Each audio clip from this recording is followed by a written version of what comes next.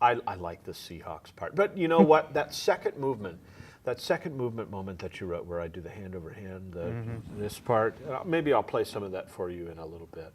I just love that part, how it repeats, and in how the texture of the orchestra just blends with it in such a wonderful way.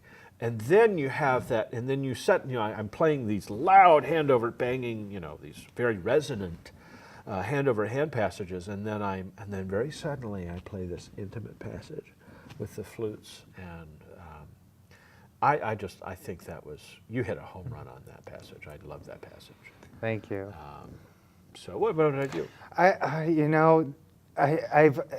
I like to tell people that, when you're writing a piece, after a while you can fall out of love with it. Oh yeah.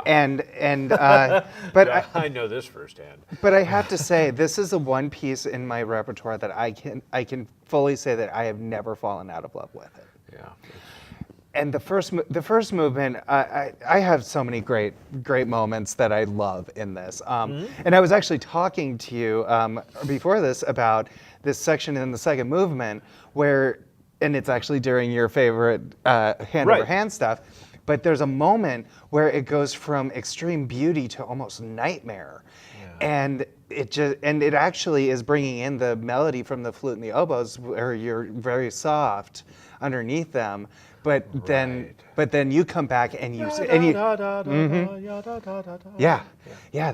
part. I mean, I love how you brought that back in the octaves, and a little bit later. It was really a great, especially because you don't expect it, because the flutes are playing that passage very quietly and in a very sensitive manner, and then suddenly the piano is just brings it out and makes it roar, which.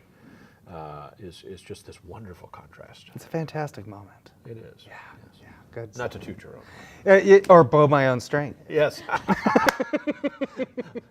Oh, that's right. You're a cellist. Us string players.